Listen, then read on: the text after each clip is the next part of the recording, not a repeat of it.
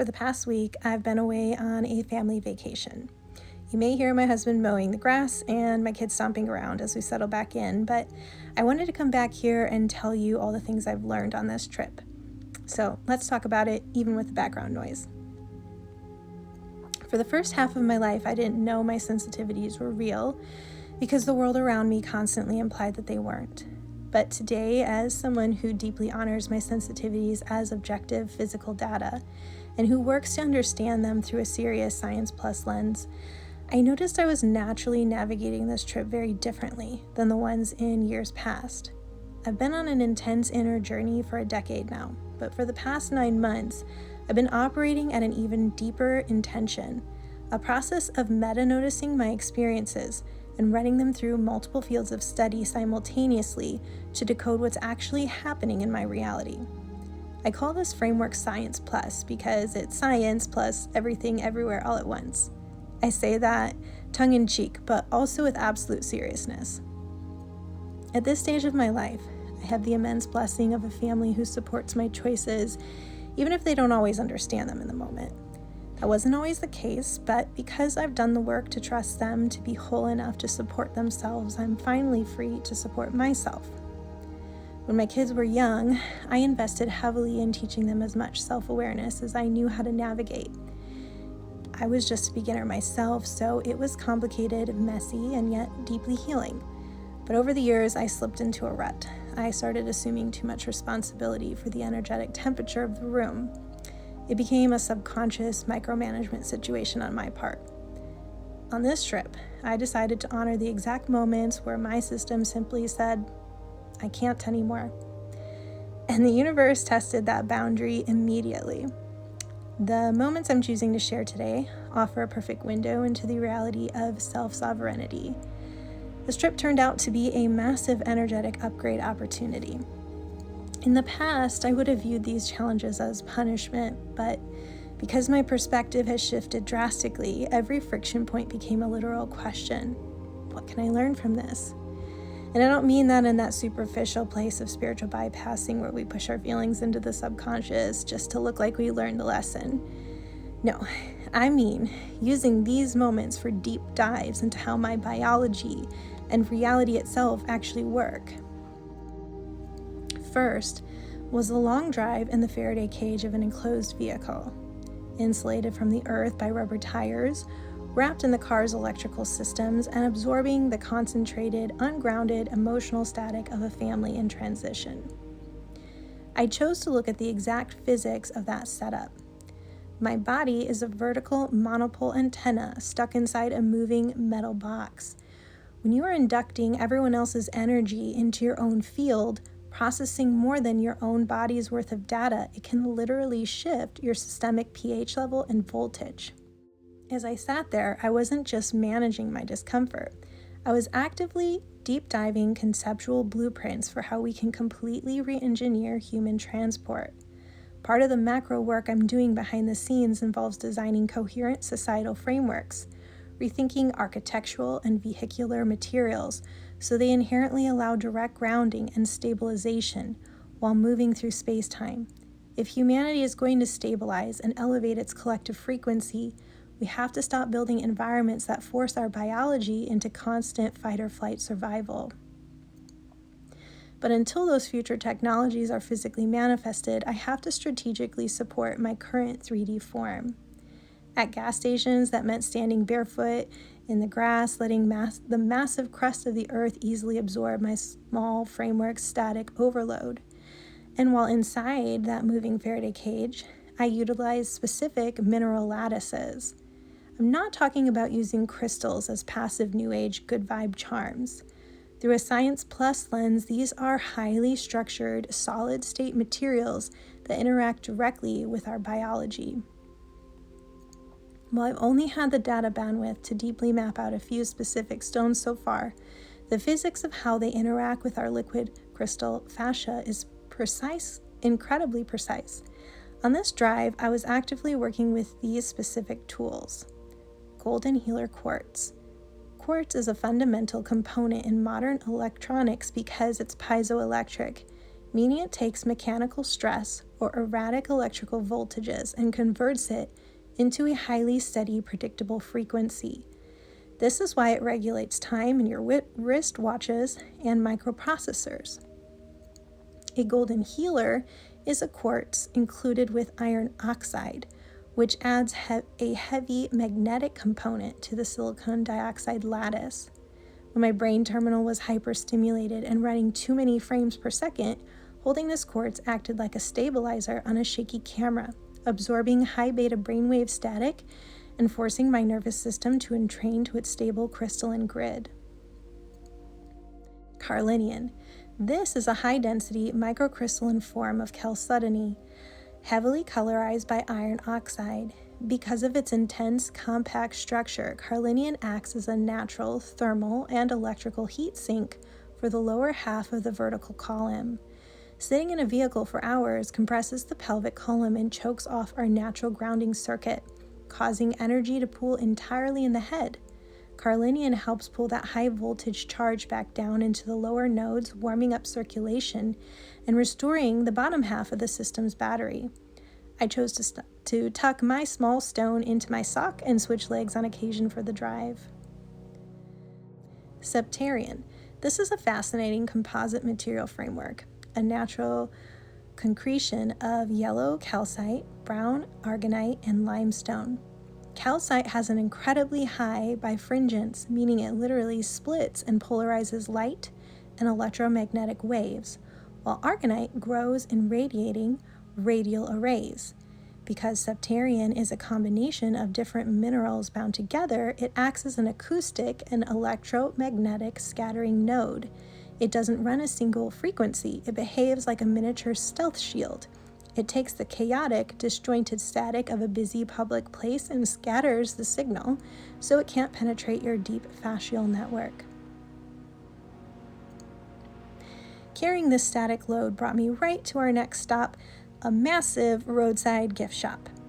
For my system, it was the ultimate example of a dense inverted 3D matrix. It paired a massive Jesus Saves marquee with commercialized animal captivity in the form of caged bears, industrial food parody items like Cheetos boxers, and religious hymns playing on a loop next to an all-year Christmas display, to name a few of the things I saw inside. It was running a highly fractured code.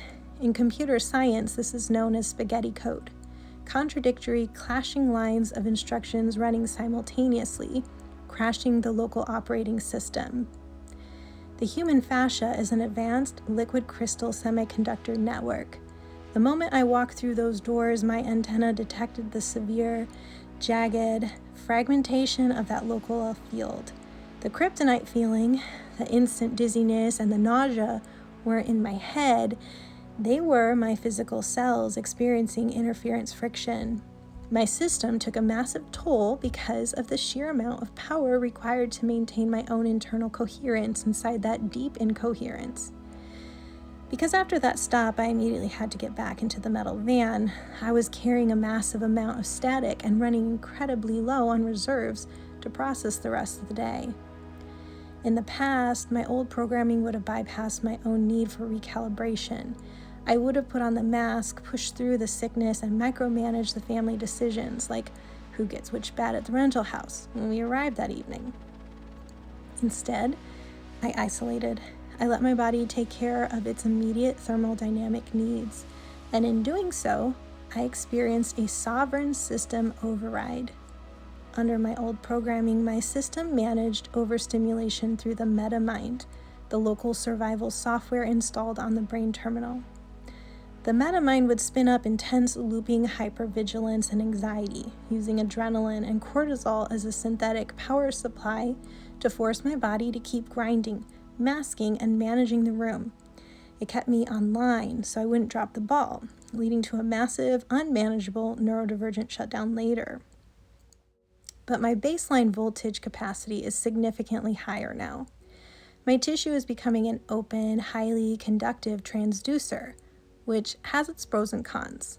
On this trip, the static inside that metal van hit a critical saturation point.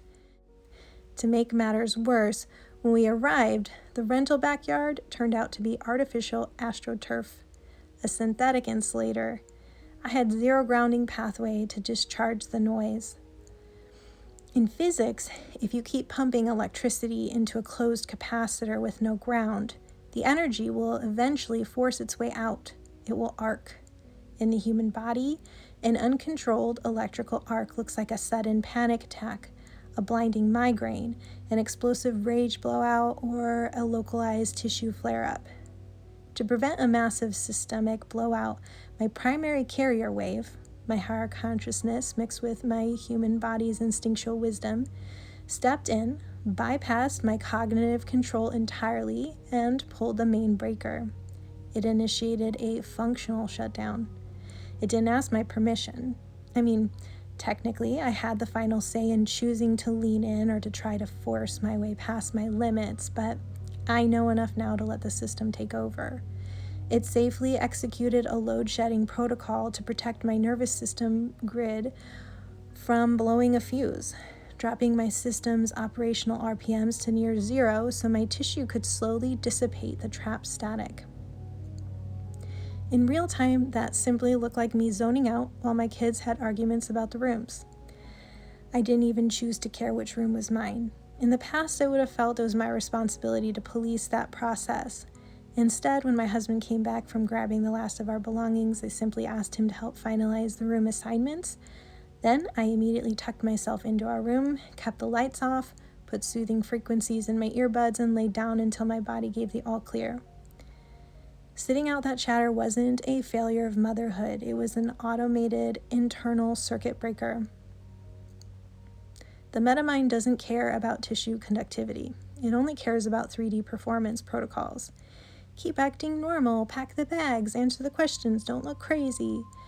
But my hardware recognized that my 43-year-old AuDHD node was out of storage capacity and said, "We don't care about looking like a perfect mom right now. Power down the terminal immediately to preserve the core matrix." My body took the wheel because my inner work has finally taught it that I will let it. I didn't fight the shutdown. I honored it and cooperated with the circuit breaker. And since I was stuck with artificial astroturf with zero access to the Earth's crust, I had to introduce a manual high conductivity filter directly to my system's primary terminal bottlenecks. I took a piece of selenite and placed it directly against my feet. Selenite is a gypsum matrix. It's an anisotropic waveguide. From a material science perspective, selenite is a hydrous calcium sulfite crystal with a highly unique parallel monoclinic crystalline structure. It's structurally anisotropic, meaning its physical, thermal, and electrical properties change depending on the direction of the axis. It functions as a literal fiber optic waveguide. Because it contains parallel channels of bound water molecules layered between calcium and sulfite sheets, it acts as a high-efficiency linear corridor for electrical charges. When your liquid crystal fascia is choked with erratic, multi-directional, environmental static, placing a directional waveguide like a selenite at a terminal exit node, like the soles of your feet, acts like opening a high-speed exit lane on a grid-locked highway. It forces the chaotic, multi-frequency static loops in your nervous system grid to polarize, linearize, and straighten out. It manually flushes the system's spaghetti code downward, even when you are totally insulated from the physical dirt. And so I laid there, allowing that directional waveguide to clear the static, took a gummy, and let the hardware reset. And as the vacation continued to evolve over the next few days, my toolkit evolved with it. As my system stabilized and I ventured back out into the field and we did a little more souvenir shopping, I began integrating 3 other distinct solid-state mineral lattices to protect my grid from the future overloads. The golden healer quartz, carnelian, and septarian that we actually covered earlier in the episode.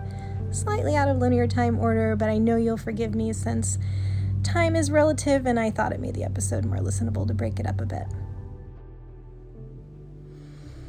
In closing, if you are a sensitive, neurodivergent, or transitioning soul who is used to forcing your way through overstimulation to keep people around you comfortable, I want you to reframe your next shutdown. Your exhaustion is not a defect. Your need to pull away and go completely dark is not a malfunction. It is the literal mechanics of self-sovereignty. It means your inner work is working. It means your foundational software has successfully updated and you are no longer a machine that can be driven to structural breakdown by external demands. When your system pulls the breaker, don't fight the blackout. Trust the intelligence of your organic spacecraft as you navigate through space-time. Your body is no longer a punching bag for external static. It is a protected sanctuary that will literally shut its own doors to keep its core light clear. By honoring that circuit breaker, you allow your body to upgrade its energy capacity. Because you avoid blowing the fuse, you don't lose your stored energy in an autonomic crash. You recover quicker and you build up your internal wiring to hold more coherent, aligned source energy over time. At times, managing this system feels like a chore, but it is a chore that completely changes your life.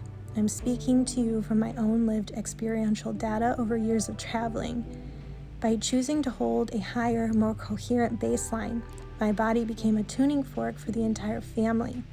Because I wasn't leaking static or micromanaging, they were naturally able to entrain to that higher frequency, making the entire trip a peaceful, genuinely enjoyable experience for everyone. So, if you need confirmation from the front lines, here it is. Honoring your functional shutdown is the most effective, self-sovereign choice you can make. Feel free to make it.